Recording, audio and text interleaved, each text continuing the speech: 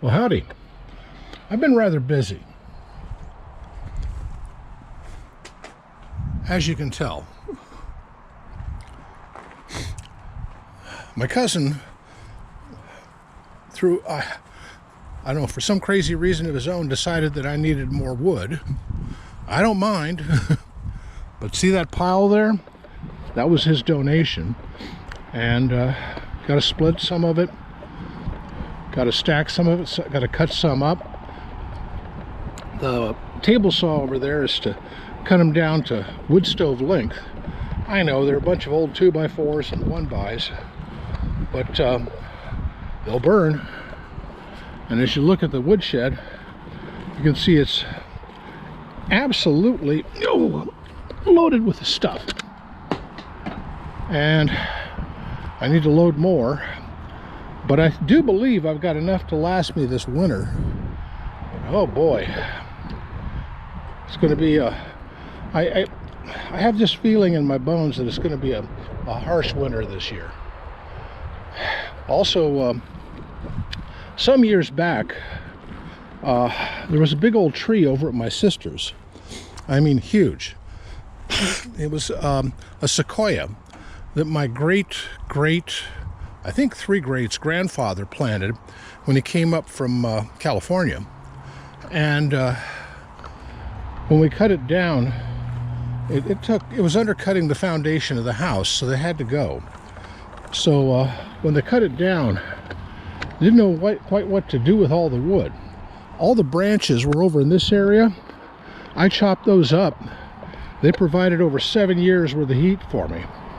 And this was the heartwood, and there was like a crap ton of wood in the heartwood, as you can tell. And oh, I got to pick that strap up.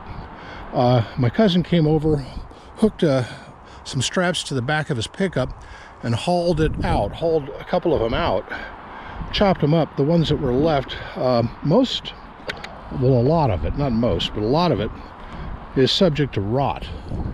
But there's some good pieces of wood in here. But you see how dark, I mean absolutely dark this wood is? And you can tell from the grain. This is an old tree. Let me show you. I'm going to walk over here. Yeah, these have been sitting here a little over 10 years. But that is the main root stock of the tree there. And that's half of one over there.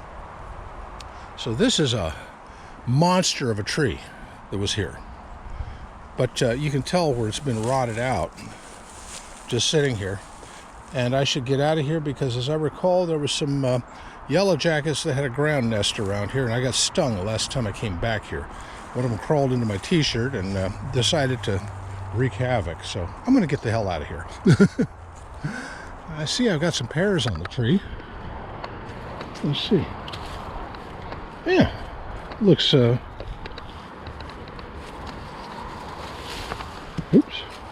Out of heck with that one. Let's grab this one. It looks red. It is, it's red. All right. You come back here. You come back here. Okay. Anyway, I still got to do some chopping and cutting and hauling. I got more wood to do. And I think I can put more into my little pile next to the garage.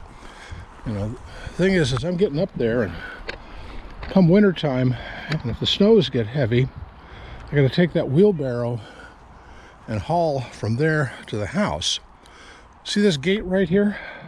One winter, it got so thick here, and my sister was out of wood.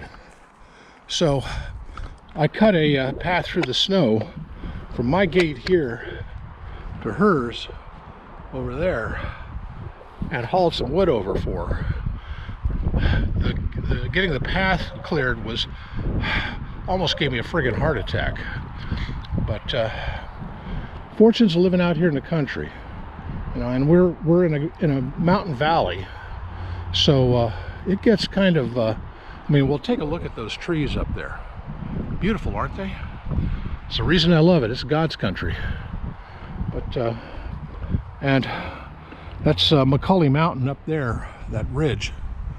And I've been up on top of that a couple of times. There's a back road out of here that goes up along the ridge of that. And in the event of a problem at the dam up the hill, that's our escape route, is up McCauley Mountain, or our McCauley Mountain or Fern Ridge, which is on the other side. We're in a very deep, very long canyon in here, in this area. It goes to a choke point up there just above Mill City, and then is pretty narrow from there all the way up to the Santiam Pass. And they've built a couple of dams on the river up there. They're part of the hydro system of the, I don't know what they call that, the Columbia Valley Authority or something like that. Dams were put in the 1950s, and they're about as old as I am, come to think of it.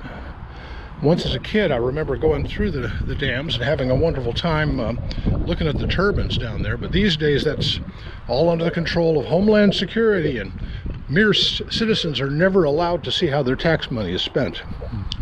Yeah, that's just the way it is these days, you know. Anyway,